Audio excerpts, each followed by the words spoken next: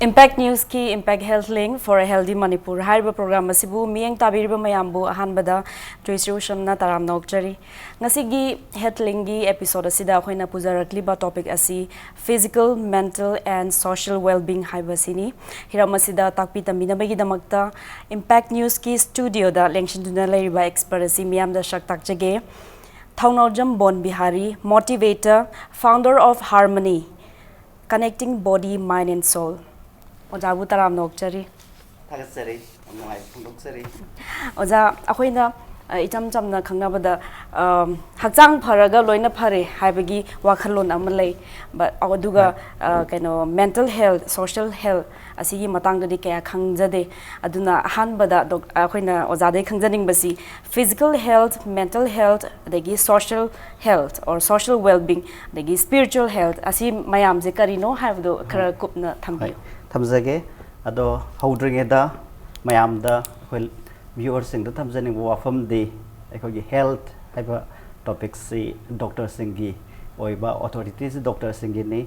adu ngasi aina thamjaga dawriba wafam sing si khoi anouba idea nataga wakalon amata nasade ekoina hana dagi khangaga laibadunga haktani adu just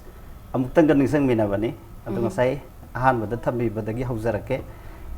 ekoina health haiba kanda huziki oina khangnari base ahan bada physical health akoi haksang tik tik launa leiba haksang phaba adu matamgi matungina hujik gym daga satlakanda akoi muscle gam phaba 6 pack 8 pack dumaina ga leire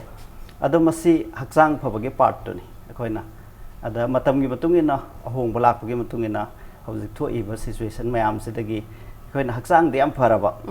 aduga kai motam da wakhan da pukling leita dragadi langtak naba sarang naba tension mayam sigumba leiragadi aikoi physical health tana yarakta matang am lai adu dagi di akoina mental health ki matang sida sangsele kai gi noi kan da akoina haksang phaba haibasi overall oina yang pada haksang phaba simasu leire aduga pukning wakhal leitana ingna leiba santi leiba simasu lei aduga akoi world health organization gi definition da health haibasi kamaina haibi bagi haikba da masi overall physical, mental and social well-being ni na dumain takpi ado aina hujik thamjaki bada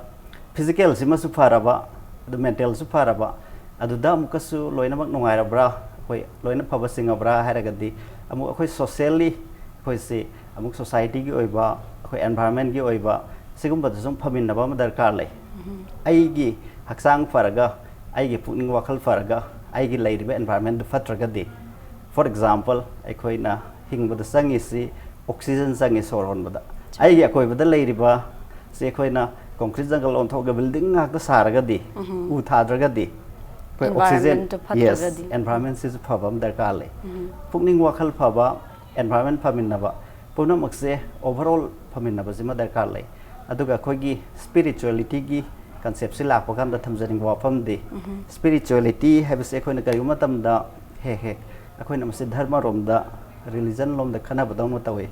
madu taseng bomakti spirituality ga religion ga se koina tongam thambaya ba wafam ni kana gumma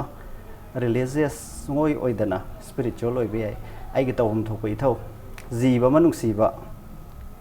natraga ai uwa nungsi jaba nature bu nungsi jaba hayema fazana pan kanda nungsi ne yengba mase koi spirituality from the lakadoini adana religious oidana dum spiritual oibe si he na mapung phana phongdok na bai yam te tak wari yam tang thamjage akhoi gi listener mayam na viewer mayam na su khangbi bada he na noi na ba yam ten wari ni khoi na tajarak pada sarga haiba ama norok haiba ma khoi tajare sarga he jine noi phom ama heaven and hell aduna khoi kamai tawge haiba se ai spirituality da laksana ba kitang laina mayam da thamjana ba wari ama mate am tang thamjage khoi na pa 80 plus haitare sahi marphu mu hela ban pa ma khak lai ma se magi punsi se mayam gi seba se tum tawraga lai mayam gi seba tawna maram oiraga khoi haina bam khak lai kai haina gi haikanda khoi na sida tawjari ba mayam se ama thak ta loina sig record tawe na aduna khoi gi yam saw ba camera mayam ma khoi da onjal laga lai ba ne wari sin ngai na ba mai thamjage aduna kai na haikanda every moment of my life is captured ꯑꯩꯒꯤ ꯄꯨꯟꯁꯤꯒꯤ ꯑꯗꯨꯃꯥꯏꯅ ꯍꯧꯖꯤꯛꯀꯤ ꯅꯨꯄꯥ 80 plus ꯅꯨꯄꯥꯁꯤꯒꯤꯁꯨ ꯃꯥꯒꯤ moment ꯃꯌꯥꯝꯁꯦ ꯂꯣꯏ capture ꯇꯧꯕ ꯀꯥꯟꯗ ꯃꯥꯒꯤ ꯂꯥꯏꯐꯁꯦ ꯌꯦꯡꯕ ꯀꯥꯟꯗ ꯀꯩꯅꯣ ꯍꯥꯏ ꯀꯥꯟꯗ ꯃꯌꯥꯝꯒꯤꯗꯃꯛꯇ ꯀꯠꯊꯣꯛꯑꯕ ꯑꯗꯨꯒꯨꯝꯕ ꯅꯨꯄꯥ ꯑꯃꯅꯤ ꯃꯌꯥꯝꯒꯤ ꯁꯦꯕꯥ ꯇꯧꯏ ꯁꯣꯁꯥꯏꯇꯤꯒꯤ ꯁꯦꯕꯥ ꯇꯧꯏ ꯆꯦꯔꯤꯇꯤ ꯇꯧꯏ ꯃꯥꯅ ꯇꯧꯕ ꯑꯐꯕ ꯊꯕꯛ ꯃꯌꯥꯝꯁꯤ ꯎꯕꯗ ꯃꯊꯛꯇꯒꯤ ꯂꯌꯥꯝꯅ ꯈꯟꯅꯔꯦ ꯍꯥꯏꯔꯤꯕ ꯅꯨꯄꯥꯁꯦ ꯃꯁꯤ ꯃꯥꯅ ꯄ꯭ꯔꯤꯊꯤꯕꯤꯗ ꯁꯦꯕꯥ ꯃꯄꯨꯡ ꯐꯥꯅ ꯇꯧꯔꯕꯅꯤꯅ ꯑꯩꯈꯣꯏ ꯃꯥꯁꯤ ꯑꯥꯗ ꯂꯧꯈꯠꯂꯒ ꯂꯩꯃꯤꯟꯅꯔꯁꯤ ꯍꯦꯕꯟꯗ ꯂꯧꯈꯠꯂꯒ ꯂꯩꯕ ꯍꯥꯏꯕꯒꯤ ꯑꯥꯔꯊꯗꯤ ꯑꯩꯈꯣꯏꯅ ꯏꯆꯝ ꯆꯝꯕ ꯂꯣꯟꯗ ꯍꯥꯏꯔꯒꯗꯤ ꯄꯨꯟꯁꯤꯒꯤ ꯑꯔꯣꯏꯕ ꯃꯤꯀꯨꯞ ꯄ꯭ꯔꯤꯊꯤꯕꯤꯁꯤꯗ ꯑꯣꯏꯕ ꯄꯨꯟꯁꯤꯁꯤ ꯂꯣꯏꯔꯒ ꯂꯩꯕ ꯍꯥꯏꯕꯅꯤ ꯑꯩꯈꯣꯏꯅ ꯁꯔꯒꯗ ꯆꯠꯄ ꯍꯥꯏꯕꯗꯤ ꯑꯩꯈꯣꯏ ꯊꯋꯥꯏꯁꯦ ꯊꯥꯔꯀꯥꯟꯗ ꯆꯠꯄ ꯍꯥꯏꯅꯩ ꯑꯗꯨ ꯃꯇꯥꯡꯁꯤꯗ ꯂꯥꯛꯆꯅꯤꯡꯉꯤꯁꯤ ꯍꯧꯖꯤꯛꯀꯤ ꯅꯨꯄꯥꯁꯤ ꯂꯥꯏ ꯃꯌꯥꯝꯅ ꯑꯗꯨꯃꯥꯏꯅ ꯈꯟꯅꯔꯕꯒꯤ ꯃꯇꯨꯡ ꯏꯟꯅ ꯃꯥꯁꯤ ꯂꯧꯔꯨꯅꯕ ꯊꯥꯔꯛꯑꯦ ꯑꯦꯟꯖꯦꯜ ꯑꯃ ꯃꯥꯅ ꯇꯨꯝ ꯍꯧꯒꯠꯂꯛꯄꯁꯤ ꯃꯤꯀꯞ ꯊꯣꯛꯂꯛꯄꯗ ꯑꯦꯟꯖꯦꯜꯁꯤ ꯅꯣꯛꯃꯤ ꯇꯧꯔꯒ ꯂꯩꯔꯝꯃꯦ ꯑꯗꯨ ꯅꯪ ꯂꯧꯕ ꯂꯥꯛꯑꯕꯅꯦꯅ ꯍꯥꯏ ꯂꯧꯕ ꯂꯥꯛꯄ ꯍꯥꯏꯕꯁꯤꯃꯛꯇꯕꯨ ꯀꯅꯥꯒꯨꯝꯕ ꯈꯔꯗꯗꯤ ꯈꯪꯕ ꯌꯥꯏ ꯄꯥꯈꯠꯄ ꯌꯥꯏ ꯀꯩꯅꯣ ꯍꯥꯏꯀꯥꯟꯗ ꯑꯩꯈꯣꯏꯅ ꯂꯩꯔꯤꯕ ꯄ꯭ꯂꯦꯟꯁꯤ ꯊꯥꯗꯣꯛꯑꯒ ꯑꯇꯣꯞꯄ ꯄ꯭ꯂꯦꯟ ꯑꯃꯗ ꯆꯠꯈꯤꯒꯗꯧꯕꯅꯤ ꯅꯨꯄꯥꯁꯤꯅ ꯌꯥꯝ ꯏꯪꯅ ꯈꯨꯝꯃꯛꯑꯦ ꯌꯥꯏ ꯄꯨꯕꯤꯌꯣꯅ ꯃꯥꯅ ꯑꯐꯕ ꯊꯕꯛ ꯉꯥꯛꯇ ꯇꯧꯕꯅꯤna ꯑꯦꯟꯖꯦꯜꯁꯤꯅ ꯍꯪꯉꯛꯑꯦ ꯅꯪꯒꯤ ꯑꯔꯣꯏꯕ ꯋꯤꯁ ꯀꯇꯤ ꯂꯩꯕ꯭ꯔꯥ ꯅꯪꯅ ꯄꯥꯝꯖꯕ ꯑꯅꯤꯡꯕ ꯑꯄꯥꯝꯕ ꯂꯩꯕ꯭ꯔꯥ ꯅꯨꯄꯥꯁꯤꯅ ꯃꯨꯟꯅ ꯈꯜꯂꯒ ꯈꯨꯝꯃꯛꯑꯦ ꯑꯃꯇꯪꯗꯤ ꯂꯩ ꯍꯥꯏꯅ ꯀꯔꯤꯅꯣ ꯅꯪ ꯆꯍꯤ 5ꯒ ꯍꯤꯡꯅꯤꯡꯉꯤꯕ꯭ꯔꯥ ꯅꯠꯇ꯭ꯔꯒ 10 ꯍꯤꯡꯅꯤꯡꯕ꯭ꯔꯥ 10 ꯍꯤꯡꯅꯤꯡꯕ꯭ꯔꯥ ꯀꯔꯤ ꯄꯥꯝꯒꯦ ꯍꯥꯏ ꯀꯥꯟꯗ ꯑꯗꯨ ꯅꯠꯆꯗꯦ ꯍꯥꯏ ꯑꯩ ꯍꯧꯖꯤꯛ ꯄꯨꯕꯤꯔꯣ ꯌꯥꯔꯦ ꯑꯗꯨꯕꯨ ꯑꯩꯅ ꯄꯥꯝꯖꯕꯗꯤ ꯀꯔꯤꯅꯣ ꯍꯥꯏꯕ ꯀꯥꯟꯗ ꯑꯩꯕꯨ ꯁꯔꯒꯗ ꯄꯨꯔꯒ ꯂꯩꯍꯟꯕꯤꯅꯤ ꯍꯥꯏꯕꯅꯤꯅ ꯃꯌꯥꯝꯅ ꯅꯣꯔꯣꯛ ꯍꯥꯏꯅꯕ ꯃꯐꯝꯗꯣ ꯑꯩ ꯇꯥꯖꯈ꯭ꯔꯦ ꯑꯗꯨ ꯑꯝꯇ ꯌꯦꯡꯖꯒꯦ ꯌꯥꯒꯗ꯭ꯔꯥ ꯍꯥꯏ ꯑꯗꯩ ꯍꯧꯖꯤꯛꯀꯤ ꯑꯦꯟꯖꯦꯜꯁꯤꯅ ꯌꯦꯁ ꯌꯣꯔ ꯋꯤꯁ ꯏꯁ ꯒ꯭ꯔꯥꯟꯇꯦꯗ ꯑꯗꯨꯃꯥꯏꯅ ꯇꯧꯔ ꯌꯥꯕꯤꯗꯅ ꯌꯥꯅꯈꯤꯕꯒꯤ ꯃꯇꯨꯡ ꯏꯟꯅ ꯄ꯭ꯔꯤꯊꯤꯕꯤ ꯊꯥꯗꯣꯛꯑꯦ ꯅꯣꯔꯣꯛ ꯌꯦꯡꯕ ꯆꯠꯂꯦ ꯏꯍꯥꯟ ꯍꯥꯟꯅ ꯅꯣꯔꯣꯛꯁꯦ ꯋꯥꯔꯤꯁꯤꯒꯤ ꯅꯣꯔꯣꯛꯁꯦ ꯑꯩꯈꯣꯏ ꯆꯨꯝꯕ ꯂꯥꯟꯕꯗꯨ ꯀꯣꯟꯅ ꯂꯥꯛꯁꯤ ꯋꯥꯔꯤꯁꯤꯗꯪ ꯇꯥꯃꯤꯟꯅꯈꯤꯁꯤ ꯋꯥꯔꯤꯁꯤꯒꯤ ꯅꯣꯔꯣꯛꯁꯤ ꯌꯥꯝ ꯐꯖꯕ ꯃꯐꯝ ꯑꯃ ꯑꯣꯏ ꯂꯩꯔꯝꯃꯦ ꯍꯩꯀꯣꯜ ꯐꯖꯕ ꯂꯩꯀꯣꯜ ꯐꯖꯕ ꯂꯝꯕꯤꯁꯦ ꯁꯤꯠ ꯅꯥꯟꯕ ꯌꯥꯝ ꯐꯖꯕ ꯃꯐꯝ ꯑꯃ ꯑꯣꯏ ꯂꯩꯔꯝꯃꯦ ꯋꯥꯔꯤꯁꯤꯒꯤ ꯅꯣꯔꯣꯛꯁꯦ ꯐꯖꯕ ꯃꯐꯝ ꯑꯣꯏ ꯂꯩꯔꯝꯃꯦ ꯐꯖꯕ ꯃꯐꯝ ꯑꯣꯏ ꯂꯩꯔꯝꯃꯦ ꯋꯥꯔꯤꯁꯤꯒꯤ ꯃꯇꯨꯡ ꯏꯟꯅꯅꯤꯀꯣ ꯑꯗꯨꯃꯥꯏꯅ ꯇꯧꯗꯅ ꯃꯥ ꯈꯜꯂꯦ ꯐꯖꯈ꯭ꯔꯦꯗ ꯃꯐꯝꯁꯦ ꯑꯗꯨꯕꯨ ꯂꯩꯔꯝꯃꯤꯕ ꯃꯤꯁꯤꯡꯗꯤ ꯀꯃꯥꯏꯅ ꯇꯧꯒꯦ ꯍꯥꯏ ꯀꯥꯟꯗ ꯃꯌꯥꯡꯒꯁꯤ ꯀꯪꯇ꯭ꯔꯤꯛ ꯀꯪꯉꯒ ꯃꯤꯠꯁꯦ ꯉꯥꯡꯉꯒ ꯌꯥꯝ ꯆꯥꯎꯊꯣꯛ ꯆꯥꯎꯔ ꯃꯤꯉꯣꯟꯗ ꯌꯥꯝ ꯅꯨꯡꯁꯤꯗꯅꯒ ꯌꯦꯡꯕꯗꯣ ꯑꯗꯨꯒꯨꯝꯕ ꯑꯣꯏ ꯅꯣꯔꯣꯛꯇ ꯂꯩꯔꯝꯕ ꯃꯤꯁꯤꯡꯁꯦ ꯃꯥꯅ ꯈꯜꯂꯤ ꯀꯔꯤꯅꯣ ꯃꯐꯝ ꯐꯖꯈ꯭ꯔꯕꯁꯤꯗ ꯂꯩꯔꯒ ꯃꯣꯏꯅ ꯁꯨꯃꯥꯏꯅ ꯇꯧꯔꯤꯁꯤꯕꯣ ꯑꯗꯩ ꯃꯊꯪ ꯁꯨꯝ ꯌꯦꯡꯕ ꯌꯥꯕ ꯌꯦꯡꯉꯛꯑꯀꯥꯟꯗ ꯑꯩꯈꯣꯏꯅ ꯁꯨꯝ ꯂꯩꯔꯤꯕ ꯃꯐꯝꯗꯨꯗꯒꯤ ꯑꯦꯟꯖꯦꯜꯁꯤꯒ ꯍꯧꯖꯤꯛꯀꯤ ꯅꯨꯄꯥꯁꯤꯒ ꯂꯩꯔꯤꯕ ꯃꯐꯝꯁꯤꯗꯤ ꯈꯔ ꯂꯥꯞꯅ ꯑꯁꯨꯛꯀꯤ ꯃꯇꯤꯛ ꯆꯥꯎꯕ ꯕꯤꯜꯗꯤꯡ ꯑꯃꯈꯛ ꯎꯏ ꯑꯗꯨꯃꯨꯛ ꯆꯥꯎꯕ ꯕꯤꯜꯗꯤꯡꯁꯦ ꯑꯩꯈꯣꯏ ꯑꯥꯔꯠꯇ ꯂꯩꯇꯕ ꯕꯤꯜꯗꯤꯡꯅꯤ ꯍꯪꯉꯦ ꯑꯗꯩ ꯕꯤꯜꯗꯤꯡ ꯑꯆꯧꯕꯁꯤ ꯀꯩꯅꯣ ꯑꯗ ꯑꯦꯟꯖꯦꯜꯅ ꯍꯥꯏꯔꯦ ꯑꯩꯈꯣꯏꯒꯤ ꯅꯣꯔꯣꯛꯀꯤ ꯆꯥꯛꯁꯪꯅꯤ ꯗꯥꯏꯅꯤꯡ ꯍꯣꯜꯅꯤ ꯁꯤꯗ ꯅꯣꯔꯣꯛꯇ ꯂꯩꯕ ꯃꯤ ꯈꯨꯗꯤꯡꯃꯛꯁꯤ ꯆꯥꯛ ꯆꯥꯕ ꯂꯥꯛꯑꯦꯅ ꯑꯗꯨꯃꯥꯏꯅ ꯑꯗꯨꯗꯤ ꯃꯅꯥꯛ ꯆꯪꯁꯤꯟ ꯁꯨꯝ ꯆꯪꯁꯤꯜꯂꯀꯥꯟꯗ ꯃꯥꯅ ꯄꯨꯟꯁꯤꯗ ꯆꯥꯈꯤꯕ ꯏꯟꯁꯥꯡ ꯑꯍꯥꯎꯕ ꯃꯅꯝꯒꯗꯣ ꯍꯧꯖꯤꯛꯀꯤ ꯅꯣꯔꯣꯛꯀꯤ ꯆꯥꯛꯈꯨꯝꯁꯤꯗꯤ ꯊꯣꯛꯂꯛꯑꯦ ꯃꯥ ꯑꯃꯨꯛꯀ ꯍꯦꯟꯅ ꯆꯃꯝꯅꯕ ꯍꯦꯜꯂꯦ ꯏꯟꯁꯥꯡ ꯃꯅꯝ ꯍꯥꯏꯔꯦ ꯌꯥꯝ ꯅꯨꯡꯁꯤꯔꯦ ꯁꯤꯗ ꯀꯩꯒꯤꯅꯣ ꯃꯤꯁꯤꯡꯁꯦ ꯃꯌꯥꯡ ꯀꯪꯇ꯭ꯔꯤꯛ ꯀꯪꯉꯤꯁꯦ ꯃꯤ ꯑꯩꯉꯣꯟꯗ ꯃꯃꯤꯠ ꯈꯥꯅꯒ ꯌꯦꯡꯉꯦ ꯁꯥꯎꯔꯤꯁꯦ ꯀꯩꯒꯤꯅꯣ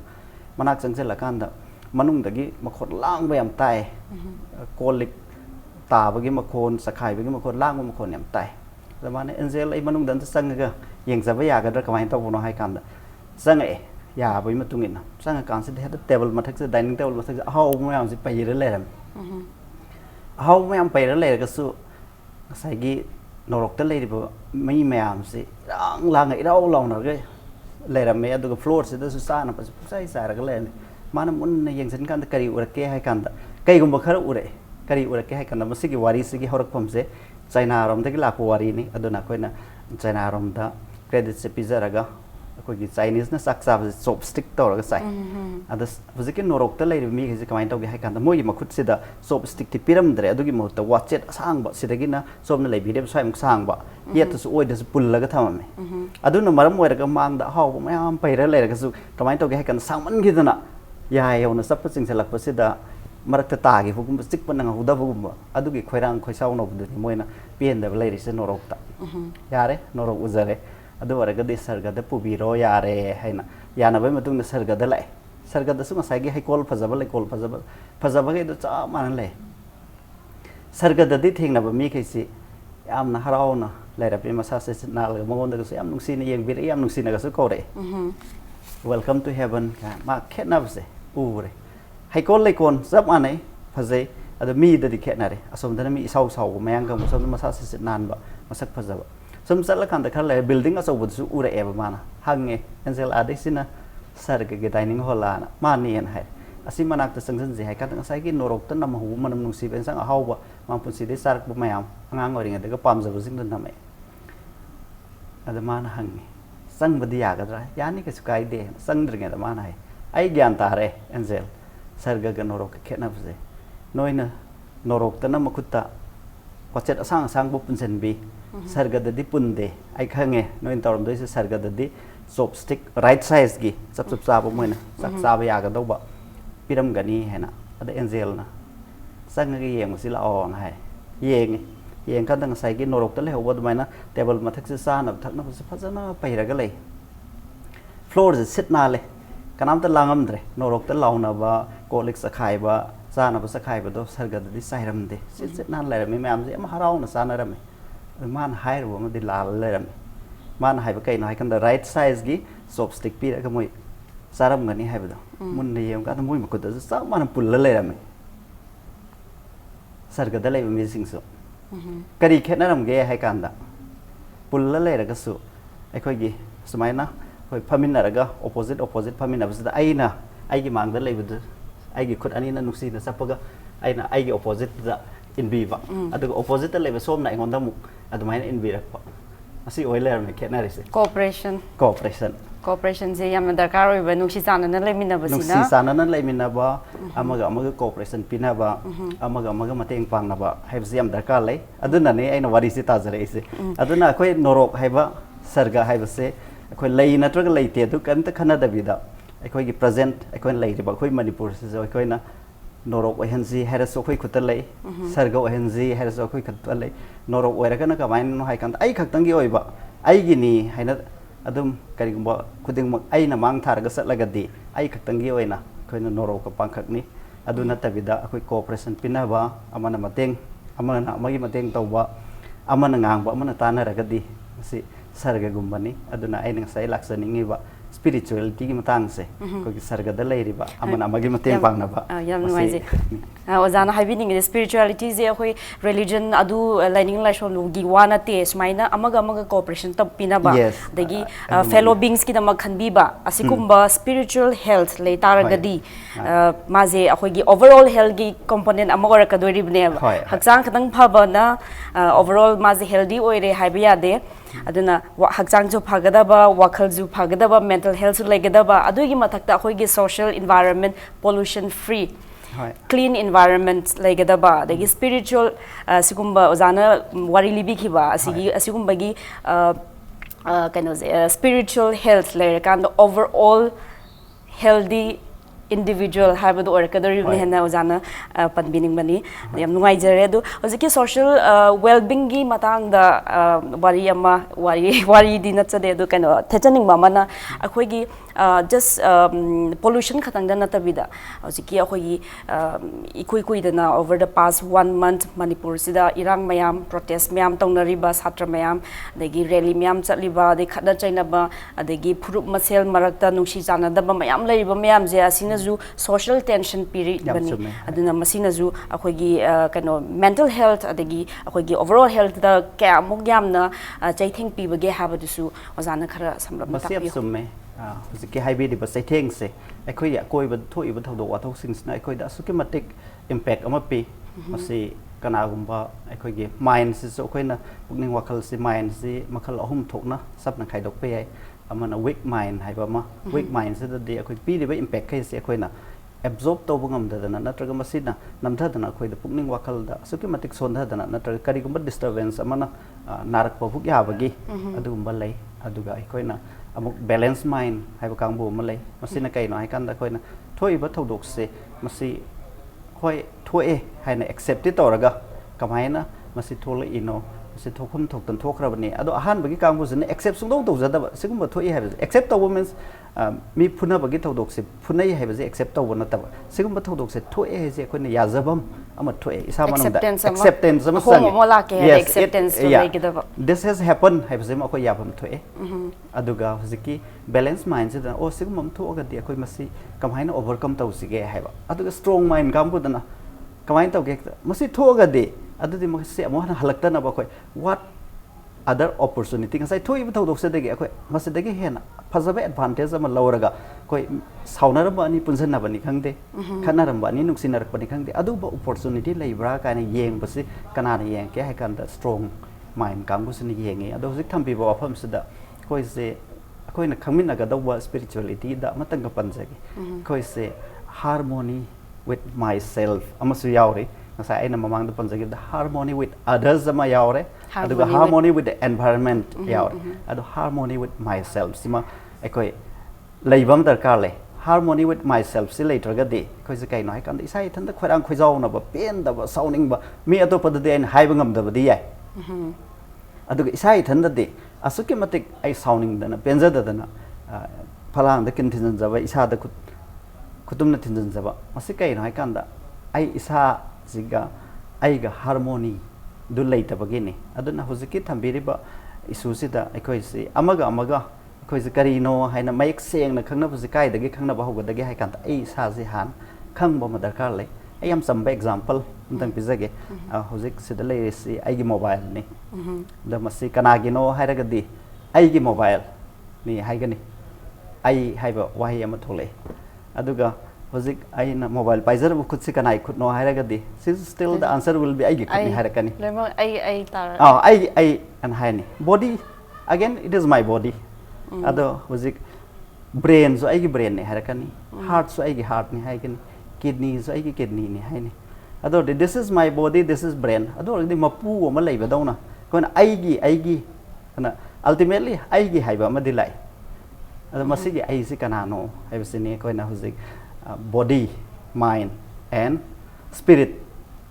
soul si the lies masigi ai si ko na make seng na khangmin na kan da ai si make seng na khangaga di ko na samaj da tam na ko si kai no hai kan harmony si lakna bagi masak se ai hana understand tau jaba ma darkar tai aduga ai na hojik bizaki ba ko mobile ge example se amtaga makha sa thajage ko na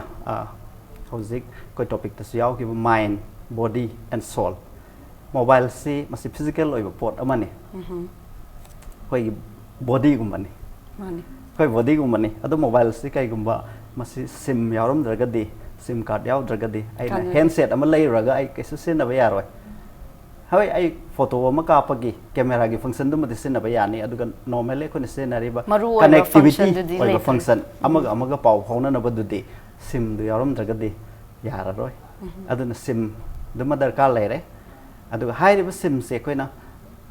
time to time ai prepaid oiraga di balance option ba postpaid oiraga na ai thibam thokpa bill thiba ma darkar leigani likewise huziki hai riba mobile se aina battery se mu recharge ta widraga di abu ma sena ba yaroi adumaina ai koi na ngasai gi sim card sina sol du nen lobi be si ai koi na mongonda recharge ta wi ba paisa happy ba ma darkar lei na ta bill tv ba ma darkar lei likewise ngasai gi battery sina koi mind du mani adana mind is koi he mind is gizu oiba masinja battery recharge tor ga pi ba du mind pi ba darkar lei adana society tho ibang sai gi koi else mayam se tam na koi na khan ba di ai koi saw khroba manipur sida ai na kari tang doi no haiba adu ba ai amam khatang khaji masa yam pik pa area amada hongmin na banga magadi koi na highway lifestyle sense to ba lifestyle sense to ba gi thoidok na darkar lei tar su area ama tang yam pik pa ai na ngam ba ma tang akoi na tau bai adumain tau minara kanda ngasai gi mobile gi example du laksara kanda koi na yam pik pa recharge process khara koi tau batai isam na koi si energy kamai fange hai ragadi koi sari puttage koi energy fange puttage ne koi na fange be energy si ada put sa ba gi mong kamai sa ni haba aduma koi loin khange put se koi loin sara le ada ani su be energy phangmam se na tum badagi fange tum badagi koi ji energy fange aduga ahum su busina kai de fange hai khanda koi na no mata de khandaru da ba area am kak lei adu kai na hai kan breathing koi sor hol se koi sor hon bse koi pok padagi koi meoi bagi han physiological ima puk nung dagi han thol akanda oi ba physiological activities kai oi hai kan sor hon jan bse oi aduga akon anga am po kan da doctor singna koi gi anga phuri ba se lungs activate ta hon bani nungsa sor sing jan man ꯑꯗꯨꯒ ꯄꯨꯟꯁꯤꯒꯤ ꯑꯔꯣꯏꯕ ꯃꯤꯀꯨꯞꯁꯤꯅ ꯀꯔꯝ ꯀꯥꯟꯗ ꯑꯣꯏꯒꯦ ꯍꯥꯏ ꯀꯥꯟꯗ ꯁꯣꯔ ꯁꯣꯔ ꯍꯣꯟꯗꯣꯛꯄ ꯍꯣꯟꯊꯣꯛꯄꯗ ꯃꯇꯝꯗ. ꯑꯣꯏ ꯑꯗꯨ ꯑꯗꯨꯅ ꯁꯣꯔ ꯑꯍꯥꯟꯕ ꯆꯤꯡꯁꯤꯟꯈꯤꯕ ꯁꯣꯔꯒ ꯑꯀꯣꯟꯕꯒꯤ ꯍꯣꯟꯊꯣꯛꯈꯤꯕꯒꯤ ꯃꯔꯛꯀꯤ ꯁꯣꯔ ꯃꯌꯥꯝꯁꯦ ꯑꯩꯈꯣꯏꯅ ꯏꯈꯟ ꯈꯟꯊꯔꯨꯗ꯭ꯔꯦꯕ ꯀꯔꯝ ꯀꯥꯟꯗꯒ ꯑꯩꯈꯣꯏꯁꯦ ꯁꯣꯔ ꯍꯣꯜꯂꯤꯒ ꯅꯤꯡꯁꯤꯡꯉꯛꯀꯦ ꯍꯥꯏ ꯀꯥꯟꯗ ꯁꯤꯗ ꯁ꯭ꯇꯤꯌꯥꯔ ꯈꯔ ꯋꯥꯡꯅꯒ ꯊꯨꯅꯒ ꯆꯦꯟꯈꯠꯂꯛꯄꯒꯨꯝꯕꯗ ꯁꯣꯔ ꯌꯥꯝ ꯊꯨꯅ ꯍꯣꯟꯕ. ꯑꯗꯥꯏ ꯃꯇꯝꯗ ꯑꯩꯈꯣꯏꯁꯤ ꯁꯣꯔ ꯍꯣꯜꯂꯤ ꯀꯥꯏꯅ ꯅꯤꯡꯁꯤꯡꯉꯛꯑꯦ ꯑꯗꯨ ꯅꯠꯇ꯭ꯔꯒꯗꯤ ꯑꯩꯈꯣꯏꯁꯤ ꯄꯥꯛ ꯅꯤꯡꯁꯤꯡꯉꯨꯗꯦ ꯑꯗꯨꯅ ꯁꯣꯔꯁꯤ ꯀꯌꯥꯃꯨꯛ ꯌꯥꯝꯅ ꯃꯔꯨ ꯑꯣꯏꯒꯦ ꯍꯥꯏꯕ ꯀꯥꯟꯗ ꯑꯩꯈꯣꯏꯅ ꯁ꯭ꯄꯤꯔꯤꯆꯨꯋꯦꯂꯤꯇꯤꯗ ꯂꯥꯛꯄ ꯀꯥꯟꯗ ꯁꯣꯔꯁꯦ ꯃꯁꯤ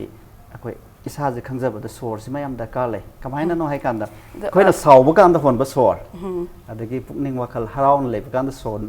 ꯍꯣꯟꯕ ꯁꯣꯔ ꯀꯤꯕ ꯀꯥꯟꯗ ꯍꯣꯟꯕ ꯁꯣꯔ ꯊꯋꯥꯏ ꯅꯨꯡꯉꯥꯏꯇꯀꯥꯟꯗ ꯍꯣꯟꯕ ꯁꯣꯔꯁꯦ ꯑꯩꯈꯣꯏꯅ ꯈꯜꯂꯨꯗꯕꯒꯤꯅꯤ ꯑꯃꯠꯇ ꯃꯥꯟꯅꯗꯦ ꯃꯊꯪꯗ ꯑꯩꯈꯣꯏꯅ ꯈꯤꯇꯪ ꯁꯥꯎꯅꯤꯡꯀꯥꯟꯗ ꯈꯤꯇꯪ ꯅꯤꯡꯁꯤꯡꯕꯤꯌꯨ ꯁꯣꯔꯁꯦ ꯇꯞꯅ ꯍꯣꯟꯕ꯭ꯔꯥꯅ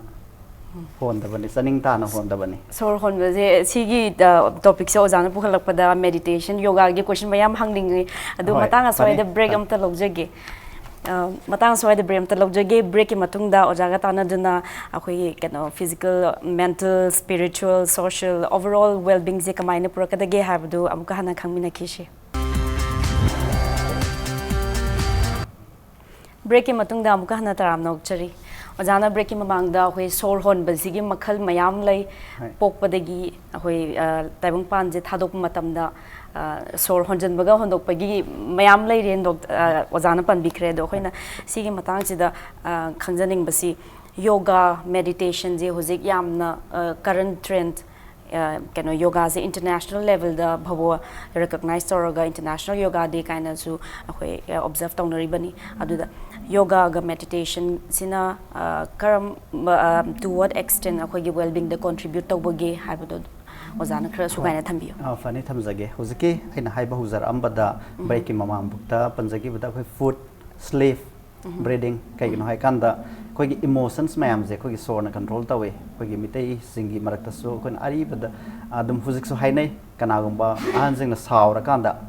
ꯍꯥꯏꯕ ꯂꯩ ꯅꯪꯕꯨ ꯁꯣꯔ ꯑꯝꯇ ꯆꯥꯅꯤꯡ ꯇꯥꯅ ꯍꯣꯟꯊꯧꯅꯦ ꯍꯥꯏꯔꯤꯁꯦ ꯀꯩꯅꯣ ꯍꯥꯏꯀꯥꯟꯗ ꯁꯥꯎꯔꯀꯥꯟꯗ ꯌꯥꯝ ꯊꯨꯅ ꯍꯣꯟꯕ ꯍꯣꯏ ꯍꯣꯜꯂꯦ ꯑꯩꯈꯣꯏꯁꯦ ꯑꯩꯈꯣꯏꯅ ꯈꯟꯊꯔꯨꯗꯕꯅꯤ ꯑꯩꯈꯣꯏ ꯀꯔꯤꯒꯨꯝꯕ ꯁꯥꯎꯕ ꯃꯤ ꯑꯃ ꯅꯠꯇ꯭ꯔꯒ ꯏꯁꯥꯅ ꯁꯥꯎꯈꯤꯕ ꯇꯟꯖꯥ ꯑꯃ ꯅꯤꯡꯁꯤꯡꯕꯤꯔꯒꯗꯤ ꯅꯠꯇ꯭ꯔꯒ ꯁꯥꯎꯗꯤ ꯁꯥꯎꯕꯤꯒꯅꯨ ꯇꯨꯡꯗ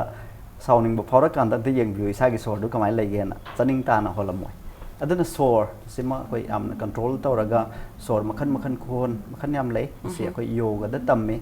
ꯑꯗꯨꯒ ꯃꯦꯗꯤꯇꯦꯁꯟ ꯍꯥꯏꯕꯁꯤꯅ ꯉꯁꯥꯏꯒꯤ ꯃꯁꯤꯅ ꯃꯔꯤꯁꯨꯕ ꯑꯩꯈꯣꯏꯗ ꯑꯦꯅꯔꯖꯥꯏꯖ ꯇꯧꯅꯕ ꯄ꯭ꯔꯣꯁꯦꯁ ꯉꯁꯥꯏꯒꯤ ꯑꯣꯖꯥꯅ ꯄꯟꯕꯤꯈꯤꯕ ꯄꯔꯁꯅꯦꯜ ꯁꯦꯜꯐ ꯍꯥꯔꯃꯣꯅꯤ ꯂꯥꯛꯄꯒꯤꯗꯣ ꯑꯗꯨ ꯍꯧꯖꯤꯛ ꯀꯩꯅꯣ ꯃꯦꯗꯤꯇꯦꯁꯟ ꯇꯧꯕꯁꯤꯒ ꯃꯔꯤ ꯌꯥꯝ ꯂꯩꯅꯩ ꯑꯩ ꯑꯗ ꯂꯥꯛꯆꯒꯦ ꯍꯣꯏ ꯃꯦꯗꯤꯇꯦꯁꯟꯁꯤ ꯉꯁꯥꯏꯒꯤ ꯑꯩꯈꯣꯏ ꯍꯥꯔꯃꯣꯅꯤ ꯄꯨꯔꯛꯄ ꯁꯣꯜꯁꯤ ꯑꯟꯗꯔꯁꯇꯦꯟ ꯇꯧꯔꯛꯄꯁꯤ ꯀꯩꯅꯣ ꯍꯥꯏꯀꯥꯟꯗ ꯑꯩꯈꯣꯏꯅ ꯌꯣꯒ ꯃꯦꯗꯤꯇꯦꯁꯟꯒꯤ ꯃꯇꯦꯡꯅ ꯁꯣꯜꯁꯤ ꯇꯆ ꯇꯧꯕ ꯑꯟꯗꯔꯁꯇꯦꯟ ꯇꯧꯕ ꯉꯝꯃꯤ ꯑꯩꯈꯣꯏꯅ ꯍꯥꯏꯅꯕ ꯑꯃ ꯂꯩ ꯑꯩꯈꯣꯏꯅ ꯔꯤꯂꯤꯖꯤꯌꯁ ꯑꯣꯏꯅ ꯆꯪꯁꯤꯟꯗ꯭ꯔꯒꯁꯨ when we open our eyes we see the ꯀ꯭रिꯌꯦꯁꯟꯁ ꯑꯩꯈꯣꯏꯅ ꯉꯁꯤ ꯎꯔꯤꯕ ꯃꯌꯥꯝꯁꯤ ꯑꯩꯈꯣꯏ ꯃꯤꯑꯣꯏꯕꯅ ꯁꯦꯝꯕ ꯅꯠꯇ꯭ꯔꯒ ꯏꯁꯣꯔꯒꯤ ꯈꯨꯠꯁꯦꯝ ꯃꯌꯥꯝ ꯑꯃ ꯑꯩꯈꯣꯏꯅ ꯃꯤꯠ ꯎꯏꯁꯜꯂꯀꯥꯟꯗ ꯎꯏ but when we close our eyes we can feel the creator ꯍꯥꯏꯅ ꯀ꯭ꯔꯤꯌꯦꯇꯔꯁꯤꯅ ꯑꯩꯈꯣꯏꯅ ꯃꯤꯠ ꯎꯏꯁꯜꯂꯀꯥꯟꯗ ꯐꯤꯜ ꯇꯧꯕ ꯉꯝꯃꯤ ꯑꯗꯨꯒ ꯃꯤꯠ ꯍꯥꯡꯇꯣꯛꯏꯉꯩꯗꯅ ꯀ꯭रिꯌꯦꯁꯟ ꯃꯌꯥꯝꯁꯤ ꯎꯕ ꯉꯝꯕꯅꯤ ꯑꯗꯨꯅ ꯃꯦꯗꯤꯇꯦꯁꯟꯁꯤꯁꯨ ꯌꯥꯝ ꯆꯝꯕ ꯄ꯭ꯔꯣꯁꯦꯁ ꯑꯃꯅꯤ ꯃꯌꯥꯝꯅ ꯑꯗꯨꯝ ꯃꯁꯤ ꯂꯨꯅ ꯈꯟꯅꯕꯁꯨ ꯌꯥꯎꯋꯤ ꯑꯩꯈꯣꯏ ꯊꯥꯏꯅꯗꯒꯤ ꯏꯄꯥ ꯏꯄꯨꯒꯤ ꯍꯥꯛꯇꯛꯇꯒꯤ ꯑꯗꯨꯝ ꯃꯅꯤꯄꯨꯔꯗꯁꯨ ꯑꯩꯈꯣꯏ ꯍꯤꯔꯤ ꯀꯣꯟꯕ ꯀꯧꯏ ꯃꯁꯤ ꯍꯤꯔꯤ ꯀꯣꯟꯕꯅ ꯃꯦꯗꯤꯇꯦꯁꯟꯒꯤ ꯄ꯭ꯔꯣꯁꯦꯁꯁꯦ ꯑꯗꯨꯝ ꯁꯤꯖꯤꯟꯅꯔꯒ ꯂꯥꯛꯏ ꯑꯗꯨꯗ ꯃꯁꯤꯃꯗ ꯃꯦꯗꯤꯇꯦꯁꯟꯗꯁꯨ ꯑꯩꯈꯣꯏ ꯙꯔꯃꯒ ꯊꯣꯏꯗꯣꯛꯅ ꯃꯔꯤ ꯂꯩꯅꯖꯗꯦ ꯄ꯭ꯔꯤꯊꯤꯕꯤꯒꯤ ꯑꯐꯥꯎꯕ ꯂꯤꯗꯔ ꯃꯌꯥꯝ CEO ꯃꯌꯥꯝꯒꯤ ꯑꯩ ꯄꯨꯟꯁꯤ ꯋꯥꯔꯤ ꯑꯃꯈꯛ ꯄꯥꯖꯩ ꯇꯣꯞ 22 CEOsꯒꯤ ꯃꯣꯏꯒꯤꯗꯁꯨ ꯀꯃꯟ ꯑꯣꯏꯕ ꯐꯤꯆꯔ ꯈꯔ ꯌꯥꯎꯔꯝꯃꯦ ꯑꯗ ꯑꯃꯈꯛꯇꯤ ꯀꯔꯤꯅꯣ ꯍꯥꯏꯀꯥꯟꯗ ꯃꯣꯏ 12ꯃꯛꯁꯦ ꯃꯦꯗꯤꯇꯦꯁꯟ ꯂꯣꯏ ꯇꯧꯔꯒ ꯂꯩꯔꯝꯃꯦ ꯇꯣꯉꯥꯟ ꯇꯣꯉꯥꯟꯕ ꯃꯑꯣꯡꯗꯅꯤ ꯃꯦꯗꯤꯇꯦꯁꯟ ꯇꯧꯕ ꯍꯥꯏꯕꯁꯦ ꯃꯦꯗꯤꯇꯦꯁꯟꯁꯦ ꯑꯩꯈꯣꯏꯅ ꯌꯥꯝ ꯂꯨꯅ ꯈꯜꯂꯝꯕꯗꯤ ꯌꯥꯏ ꯑꯗꯨꯕꯨ ꯃꯁꯤ ꯏꯆꯝ ꯆꯝꯕ ꯂꯣꯟꯗ ꯍꯥꯏꯔꯒꯗꯤ ꯃꯇꯥꯡ ꯃꯇꯝ ꯆꯥꯕꯗ ꯑꯩ ꯃꯦꯗꯤꯇꯦꯁꯟ ꯀꯩꯅꯣ ꯑꯃꯨꯛ ꯐꯣꯡꯗꯣꯛꯆꯒꯦ ꯑꯗꯨꯕꯨ ꯉꯁꯤ ꯃꯇꯝ ꯇꯦꯟꯕꯁꯤꯗ ꯁꯝꯅ ꯍꯥꯏꯔꯝꯃꯒꯗꯤ ꯑꯩꯈꯣꯏ ꯃꯦꯗꯤꯇꯦꯁꯟ ꯍꯥꯏꯕꯁꯦ ꯑꯇꯩ ꯀꯩꯁꯨ ꯅꯠꯇꯦ being in the present moment ꯍꯥꯏꯗꯤ ꯑꯇꯣꯞꯄ ꯃꯌꯥꯝ ꯗꯤꯁꯇ꯭ꯔꯦꯛꯁꯟ ꯃꯌꯥꯝꯁꯦ ꯂꯣꯏꯅꯃꯛ ꯀꯥꯎꯊꯣꯛꯈ꯭ꯔꯒ ꯋꯥꯈꯟꯗꯣ ꯐꯣꯀꯁ ꯇꯧꯔꯒ ꯐꯣꯀꯁ ꯐꯥꯎꯕ ꯅꯠꯇꯦ ꯐꯣꯀꯁ ꯑꯁꯦꯡꯕꯗꯤ ꯐꯥꯎꯕ ꯅꯠꯇꯦ ꯏꯠ ꯏꯁ ꯑꯦꯐꯔꯠꯂꯦꯁ ꯍꯥꯏꯕꯅꯤ ꯑꯩꯈꯣꯏ ꯐꯣꯀꯁ ꯇꯧꯕ ꯍꯥꯏꯔꯒꯗꯤ ꯀꯔꯤꯒꯨꯝꯕ ꯑꯃꯗ ꯑꯩꯒꯤ ꯇꯨ ꯕꯤ ꯋꯥꯈꯜꯁꯦ at present to be at present focus tꯧꯕ ꯍꯥꯏꯔꯒꯗꯤ for example ꯑꯩꯅ ꯍꯧꯖꯤꯛ ꯀꯔꯤꯒꯨꯝꯕ topic amada focus tꯧꯔꯒꯗꯤ my mind will be focusing on that is I'm giving some effort on that aduga meditation habde effortless process ne ai effort amta thadhararo mind pura free ohenba free oinaba process ne masi yam laina adum tauba yaba aduguma process ama oi meditation se aduga ngasai gi harmony gi matang da panbibado harmony habse koina yoga and meditation si tawr kan da koi isa ithan hena ais make seng na khangjabagi matam ama lai matang ama lai aduna koina masi kaino hai kan da meditation sida haksang si puning wakhal se tapthana bagi matam ama la abanina ai isa ji kana no khangjarabnina koi loina mo isor gi creation ni kai ji khangminar agadi koi masen je he na nungsinar pagi adugumba amase lakpa yadabra hairagadi matam gi matungina adum lakpa yagani yam ngai je dai oja akoina harmony prog na bai damakta achoubo thaudang lodragasu macha macha thaudang macha macha lokhatuna hojiki ojana panbi hebada lei satpa phajaba ubada adu appreciate tawraga wakhal nungai ba phawba adu sigumba siju akoigi overall health da contribute tawena ojana panbi khre adu sigi matangda kano akoigi punsi je amu henna nungai nabagi damakta overall harmony laknabagi damakta kari kari suggestions leibage kari kari tips leibage habisi aroibada paujil piboina ojana khar thambi thamjage ekoi masen amaga amaga nuksinaba ekoi miyoiba masen khak natabada koina jiba jingsu nuksiba kaigino haikanda akoi miyoiba di amaromda ekoina kwaidagi thak wange haina leire aduga akoigi makha taba mayam dudi akoina ngamba ngaktani ado angamba akoina apikpa akoina ngamdaba mayam sonjaba mayam dusu akoina yengjanbiba ma darkar lei aduna akoina jiba tai pambi sa nga leiriba mayam si akoina nuksina tawbiba ma darkar lei akoi masen khak nuksina ba nataba jiba jing nuksina ba ama darkar lei aduga yam sambada akoina nature nuksiba ma darkar lei kaigino haikanda akoina nature je nuksiba watlaba se lan exploit tawragadi koi matam gi matungina nature gi di magi carrying capacity threshold ama khak lei aduda lan thu agadi nature gi magi sakti gi wangmoda adum mamani koi gi imani mamana masa jingje ngausanaba masa oraga so dum nuksina tawgani do karigumba yarak trabo tamda mama duna kitang leng bo otpa torak pada asaw saw thawdo wathok yam thu e khoi sida for example zwara so bom harak pe hai natraga asaw cyclone ama lak pe adabu dagi kano flash flood ising thumba hoi hoi mase khoina akhoi se adum akhoina exploit tawrakanda hairiba singde tholak pa yabagi sigumba se am wangna lei aduna akhoina nature se hojiki akhoina leiriba present day sigi akoina exploit tawraga future generation gi kaigina haikanda aigi isa leirakani isu leirakani isu gi mathang stage mayam lakani moi gi damakta khoina phana thamamba hojik oiriba phibam sidagi hena phagatna thamba ngamamba ma sangbam thoena khanjai adudi natabada khoina sum akoi gi matam nungairaga loire haina akoi khaktangi nungainaba tawraga di masida nature gi su masagi u haudraga di oxygen leiraktraga di akoi nungsa sor honingai leiroidoni kaina haikanda u ga khoi leinaba mari se asuki matik naknei khoina sajari ba chinjak mayam se ahan bada khoi food chain di yenguraga di pambi dagi loina hawai akoi animal haiba kangbu khoi sidi isana chinjak sungba ngamjadabani na pambi dagi sungaga pambi gi chinjak sine khoina sari se aduga khoina sa nga saraga su yena ma saraga su yena sadoi su pambi dagi tholak potni adumaina nga na sabada su pambi dagi thokpadagi tam tapna apik apik insect masa masa sarak pe adubu akoina energy sungjaba ngamba potti pambi ni aduna pambi ga khoi ga leinaba mari se yam naknaba nungsinaba mari am leinaba darkar lei aduga ising yaudraga de khoi hingba ngamoi aduna ising ga khoi ga leinaba mari akoina turen pat turen se khoi yam nungsiba ma darkar lei aduga akoina nungti gi follow tawidaba hazana ngaksena thambiba ngaksena kaigino haikanda moina khoi yokhat pirine akoina khandaru daba jungle na khoi yokhat pi bani akoina jungle yok panate aduna akoina yam samba samba yam di koi aina sai su panja ki ba koi lifestyle change tawai da ka leite isam samba edition amani khak tawbiraga ya isam samna koi nomugi manungda nungsa mangal phangan ba yaraga di ayukta natra nungdang waram da isada nimit mangan khara phon ba sometimes nungdang da koi thabuk phana sillaga su nungdang dang hak sumang da thoga thabal ga hak yeng ba atiya gi phajaba yeng ba lesin phajaba yeng ba tha yeng ba napi mathakta chatpa even ka manung da su koi barefoot chatpa masi scientifically su koi body gi oina su kana ba phange kai gi no hai kanda koi art ka koi connect tawba kanda koi energy gi flow se anis gi marakta energy gi flow ma lei ado koi na carpet thajal laga chapal tonga natar khong adum tonga lei bidim hotan no mui manung dang haktang mini amani dang barefoot chatpi ba masi su dum phai aduga koi enclosure manung da khak lei khraga ꯑꯩꯈꯣꯏꯁꯦ ꯅꯦꯆꯔꯗꯒꯤ ꯂꯥꯞꯊꯣꯛꯈ꯭ꯔꯒꯗꯤ for example artificial ꯂꯥꯏꯠꯇ artificial light office da thabak kan tawdana haidi yam competitive oiba world ni na mi miyam je jealousy competition mayam se le satra dagi hauraga corporate da thabak toriba mayam je dum artificial light manung da dum leiraga thabak su duna paisa ta na ba hotna ba dagi phurup masel nungai na da ba wakhan charang na ba mayam je asi mayam ji na khoi body di healthy ne hai taraga su overall health to the mind spirit to the healthy oidrabanina ozana takpiri bo hosigi tips myam se nong wada matam khara kai thoktuna myam je tawbusi daka tai isam samba samdiam samba adana lifestyle change tawbagi thoidongna daka leite hairiba amani sidang tawbiba pambi ama yengba kanda nusi ne yengbiba asi nature gi phajaba creation ama koin appreciate tawba aduga isam samba da kana gumba ama bu koin thagat patamba thagat pase khoi se khara wat nei for example aina kai then dagi insang lairak pakanda insang yon pidita aina pazana haijaram bay posit phabiu yam nungai jare na ma yam harauna le hogani yam harauna le hogdini kari gi no hai kanda adu gi insang dona ai gi body nourish taw gadoini ai family nourish taw gadoini adu orgadi insang pibi rebi mi da ain thagat charam bay ai adu maina yam samba samba macha macha di oiba adu hai riba koina spiritual process macha macha sing ji tawar kanda koi ji pukning wakhal nuai ba helakani hena mai tham jage doctor sing na patient sing da kano treat taw matam da yamna encouraging oina yamna fazana wangang biba yam summe sidi ai personal experience tasu thena jakre ai gi ma si 2016 da operation anirak tawi khoi asuki matik laibak phai na lojai doctor sing sin asuki matik fazana care lobi aduga akhoi da yam pukning thogat pi kaisu wa gano ima 70 plus ne